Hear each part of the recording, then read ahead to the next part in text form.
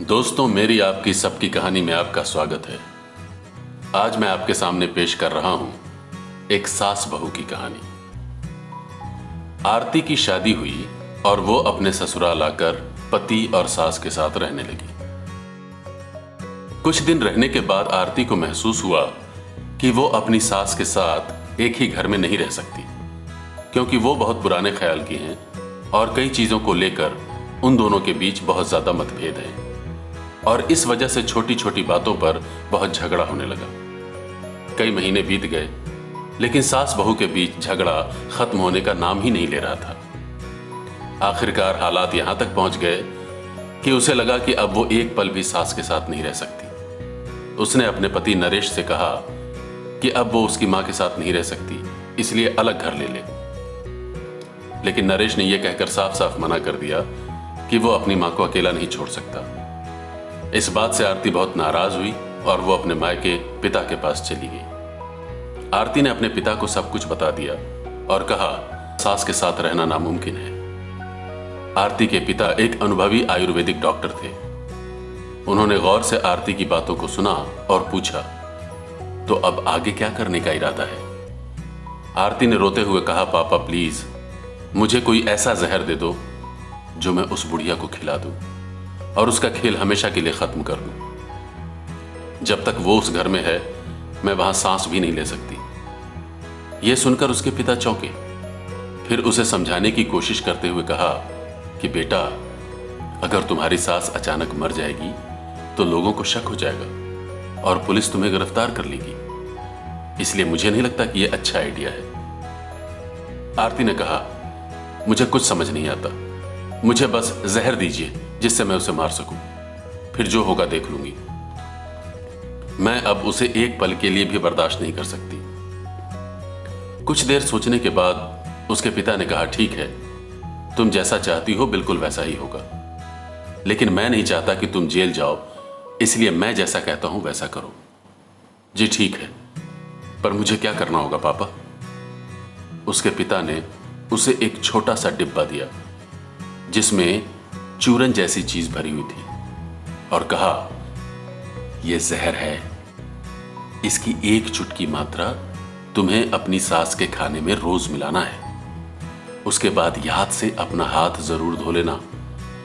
थोड़ा थोड़ा जहर खाने की वजह से वो फौरन ना मरकर 6 महीने में मरेगी, जिससे लोगों को यह लगेगा कि उसकी मौत कमजोरी की वजह से हुई है, तुम्हारे जहर देने से नहीं। तुम्हें इसके लिए बहुत सावधान रहना होगा। तुम्हारे पति को इसका जरा भी शक नहीं होना चाहिए, क्योंकि अगर ऐसा हुआ तो तुम सीधा जेल जाओगी, साथ में मैं भी। इसलिए अपना व्यवहार ऐसा रखना जिससे किसी को तुम्हारे ऊपर शक ना हो। अपनी सास के साथ लड़ाई झगड़ा करना बिल्कुल बंद कर दो। उसका पूरा ख्याल रखो, उसे जितनी इज्जत दे सकती हो दो, यह सोचकर कि सिर्फ 5-6 महीने की बात है। अगर वो तुम्हें कुछ उल्टा सीधा बोलती भी हैं तो मुस्कुरा के टाल जाओ। तो अब बताओ, क्या तुम ऐसा कर सकती हो? यह सोचकर कि 5-6 महीने बाद उसकी सास तो मर ही जाएगी, फिर हमेशा के लिए इन चीजों से उसे छुटकारा मिल जाएगा, आरती ने हां कह दिया। अपने पिता से वो जहर की डिबिया लेने के बाद आरती अपने पति के घर वापस आ गई और अगले ही दिन से अपनी सास के खाने में एक चुटकी जहर मिलाने लगी। उसके बाद हाथ धोना नहीं भूलती। सास के प्रति उसका व्यवहार पूरी तरह से बदल गया। अब वो चुपचाप उनकी बातों को सुनती, वो जैसा कहती वैसा करती, यह सोचकर उनका पूरा ख्याल रखती कि बस 2-4 महीने की तो बात है।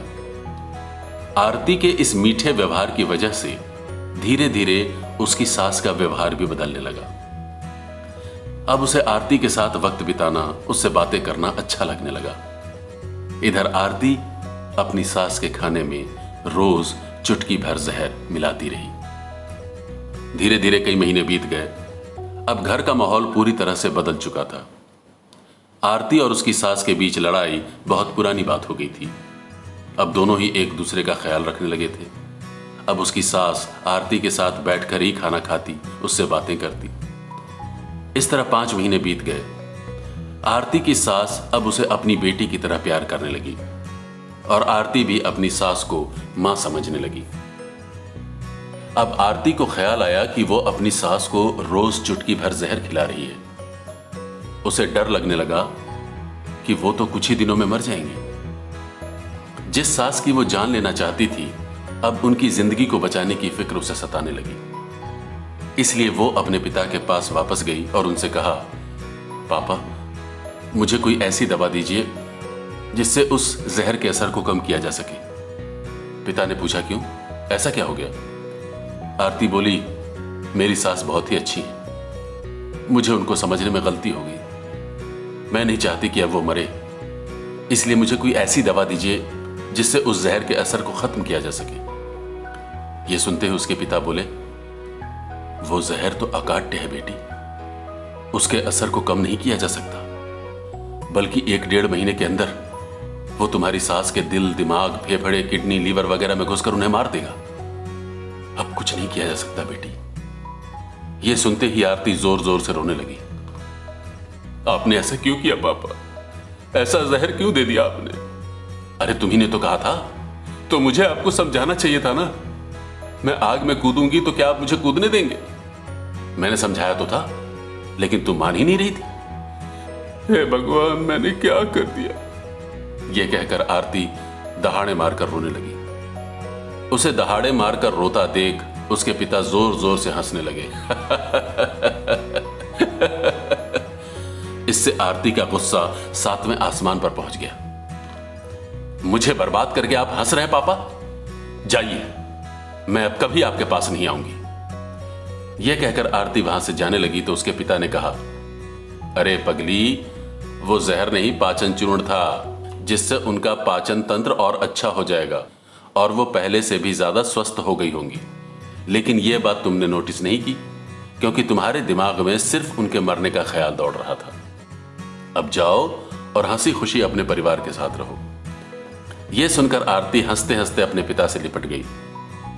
दोस्तों, माँ बाप कभी नहीं चाहते कि गुस्से के बहाव में आकर बच्चे अपनी जिंदगी बर्बाद कर लें, और अच्छा गार्जियन भी वही होता है जो बच्चों को सही राह पर ले जाए, ना कि प्यार की वजह से उनकी नाजायज मांगों के सामने भी घुटने टेक दे।